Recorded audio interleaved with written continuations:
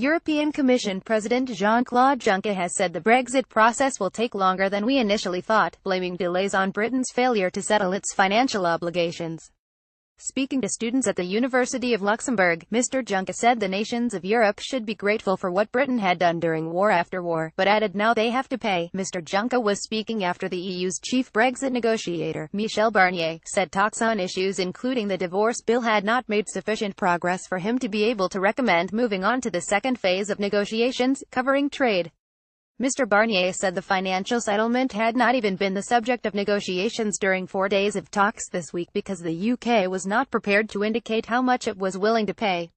However, a leaked document seen by reporters in Brussels suggested that EU leaders meeting at the European Council summit next week could authorize internal preparatory discussions on the shape of a future trade relationship and a transition deal, in a move which could offer Prime Minister Theresa May hope for talks by the end of the year.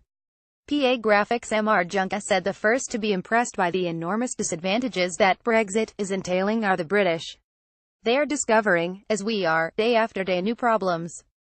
That is the reason why this process will take longer than initially thought. We had the idea that we would clear all the questions related to the divorce. It is not possible. On the question of Britain's divorce bill, which he previously suggested could come to around £50 billion, Mr. Juncker said we can't find for the time being a real compromise as far as the remaining financial commitments of the UK are concerned.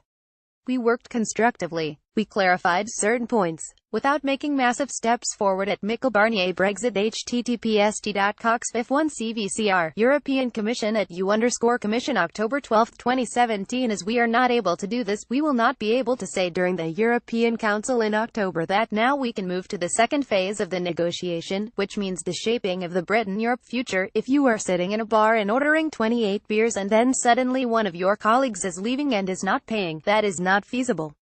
They have to pay, not in an impossible way. I am not in a revenge mood, I'm not hating the British. Europeans have to be grateful for so many things that Britain has brought to Europe, during war after war, before, everywhere and every time. But now they have to pay. We are not asking for concessions. Brexit is not about concessions on citizens' rights, Ireland or financial settlement. At Michel Barnier pic.twitter.com 3so9g1tqtd European Commission at @EU_Commission October 12, 2017. Mr. Juncker called for an immediate resolution to the issue of the post-Brexit status of EU citizens living in the UK and Britons on the continent, saying that they should simply be allowed to retain existing rights. He said that negotiators were making progress on the issue at talks which have been running since June in Brussels. But he added, I don't even understand this problem. Why not say easily, with common sense, that things will stay as they are at the European _ foreigners, as they are saying in London, are there on the island and so many British friends are here.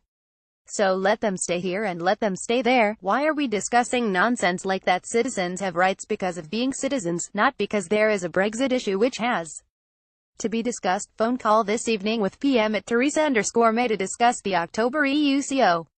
Brexit. Donald Tusk at UK President October 12, 2017. The draft conclusions for the October 19 summit, leaked in Brussels on Thursday evening, call for work to continue to achieve sufficient progress on withdrawal issues of a financial settlement, the Irish border and citizens' rights, to unlock the second stage of talks to focus on trade. But the document, which is subject to change by the leaders of the 27 remaining EU states, warns that Britain has not made a firm and concrete commitment on what Brussels sees as its financial obligations. It echoes Mr. Barnier's concerns that a disturbing deadlock over the size of Britain's exit bill means it is not yet time to move on to negotiations over the future UK-EU relationship. His recommendation has made it all but certain that trade talks will be delayed at least until the end of the year, heightening pressure on the UK government to make preparations for a possible no-deal Brexit. But the draft paper offered signs of hope that Mr. Barnier and EU states could at least begin exploring trade and transition arrangements, with the aim of moving on to those issues if agreement can be reached at December's Council summit.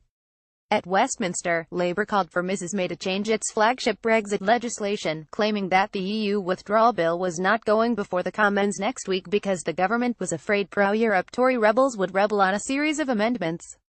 Read at Keir Starmer's letter to David Davis calling for an additional emergency round of talks with EU negotiators to end Brexit deadlock. Pic.twitter.com Who's Jinch, Shadow Brexit Team at Shadow Brexit October 12, 2017. Shadow Brexit Secretary Sir Keir Starmer told the BBC the Tories' repeal bill is simply not fit for purpose. It would give huge and unaccountable power to ministers and puts vital rights and protections at risk. Theresa May must start listening to the legitimate concerns of Labour and some of her own MPs by urgently changing approach. Meanwhile, an aide to the Treasury's ministerial team dismissed calls by Tory grandee Lord Lawson for Chancellor Philip Hammond to be sacked. Former Chancellor Lord Lawson accused Mr. Hammond of undermining Brexit negotiations, claiming that his refusal to release money now for preparations for a no-deal Brexit was very close to sabotage. Watch David Davis closing the fifth round of negotiations to forge a new partnership with the EU. Pic.twitter.com's 22 Press ex-nay, exiting the EU department at Dexagov October 12, 2017, but Chris Philp told BBC Newsnight that's nonsense. Nigel Lawson was a great chancellor in the 1980s, but that was 30 or 40 years ago, and he certainly doesn't speak for the modern parliamentary Conservative Party. In response to Mr. Juncker's comments, Downing Street said Mrs. May had made clear in her Florence speech that the UK would honour its financial obligations. The Prime Minister has been clear all along on the need to reach a settlement, a Number 10 spokeswoman said. We will honour our commitments, the commitments that we have made during our period of membership of the EU, but the detail is for negotiation.